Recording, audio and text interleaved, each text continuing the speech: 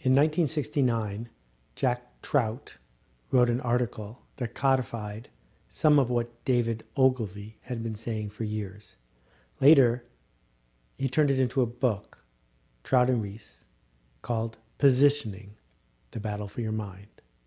Positioning has been widely misunderstood by selfish marketers ever since. Here's the misunderstood version.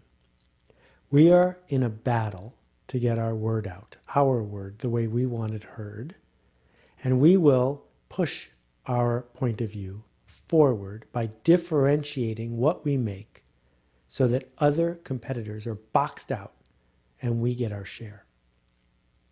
So let me first explain positioning and then explain how I think about it. Here you go. Your brain is crowded.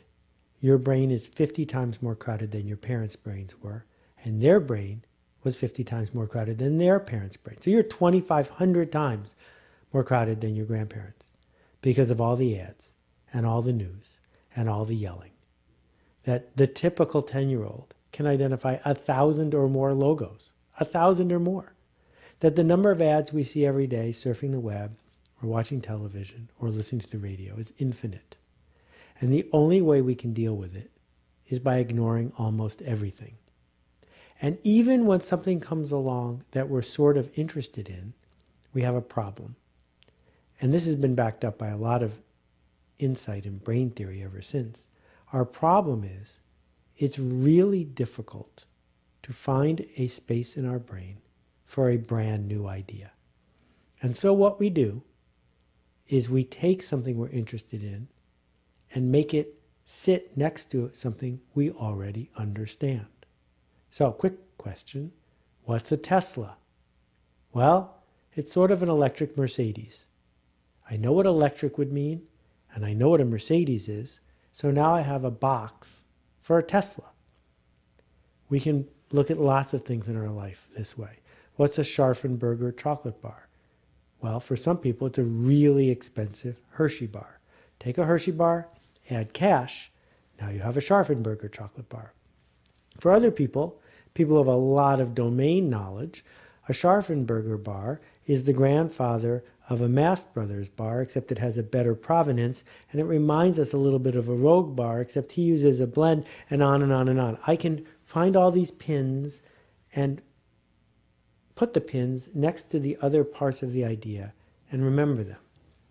What's interesting to note is I didn't say, oh, a Tesla, that's the car my brother-in-law's cousin makes, because that's the way a different person would find a way to remember and understand what something is.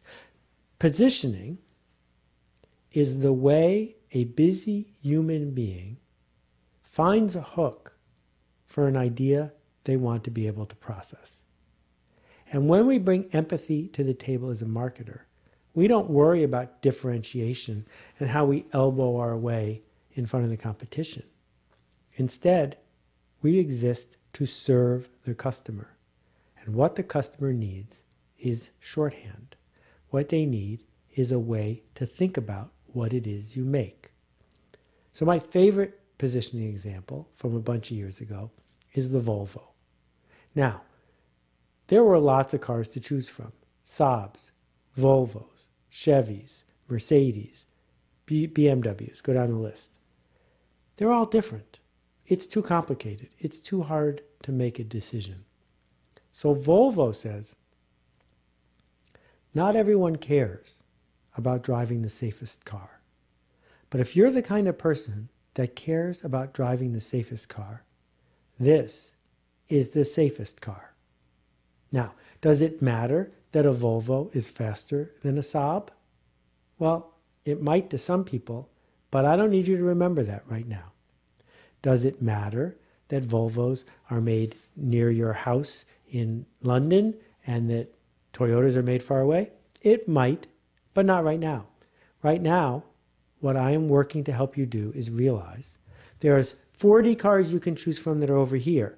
Performance cars, cheap cars, fast cars, sexy cars, non-sexy cars, cars that last a long time. And there's one car that lives over here.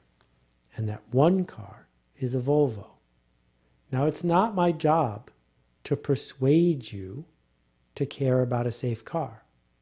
It's my job to help you know that when you're trying to solve your car problem, you can solve it with a safe car. That's us. So for me, I'm not putting words into Trout or Reese's mouths here. For me, what we see when we see positioning done well is simple. We make an assertion about what the person we seek to serve already believes, what they already know, what they are already aware of. And then we build a product, a true story, a service that will fit into a slot that is currently open. That Photoshop, for example, for a lot of people, is a high-powered, expensive graphic design and editing program. So I could stake out the position of, this is a high-powered, free version of Photoshop, which comes with ads or some other way I make money. So now if you know what Photoshop is, you know what this is. It's Photoshop, but it's free. Or I could make a super expensive, super high-powered version of Photoshop, or one that comes with a lot of customer service, or one that's simpler, or one that's, go down the list. In each case, I'm not trying to hurt Photoshop.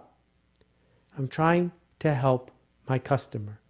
I'm trying to meet the prospect where she is and go to her and say, I will not persuade you that you are wrong. I will not try to change your mind. I am here with a simple offer. You have a spot in your brain for this. I can fill that spot. That when we do positioning properly, what we are doing is finding a hole and filling it. So when I ask you about your university, oh, Duke, you're the Yale of the South. What does that even mean? Here's what it means.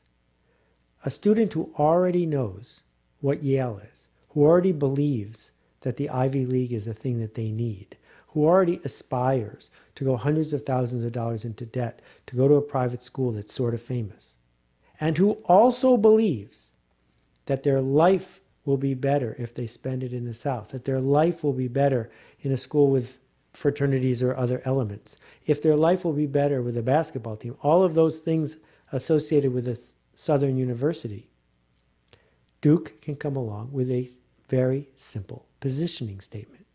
And their positioning statement is, for people who already believe these things, that is us. We fill that slot. Now, the magic of marketing strategy is we get to change the product. We get to change the service. We get to invent a thing that we can tell this story about.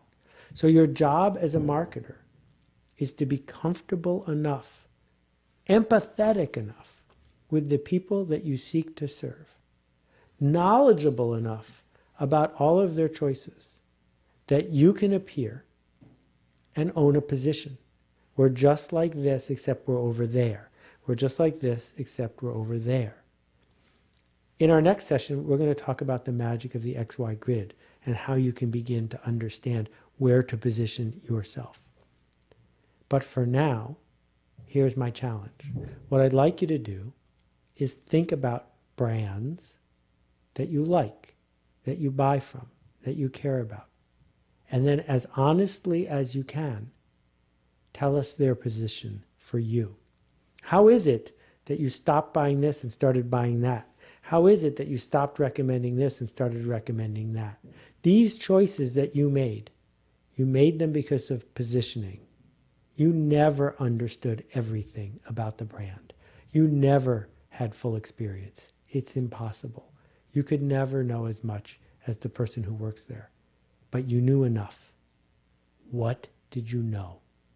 What story did you tell yourself when you chose to take this action? Thanks.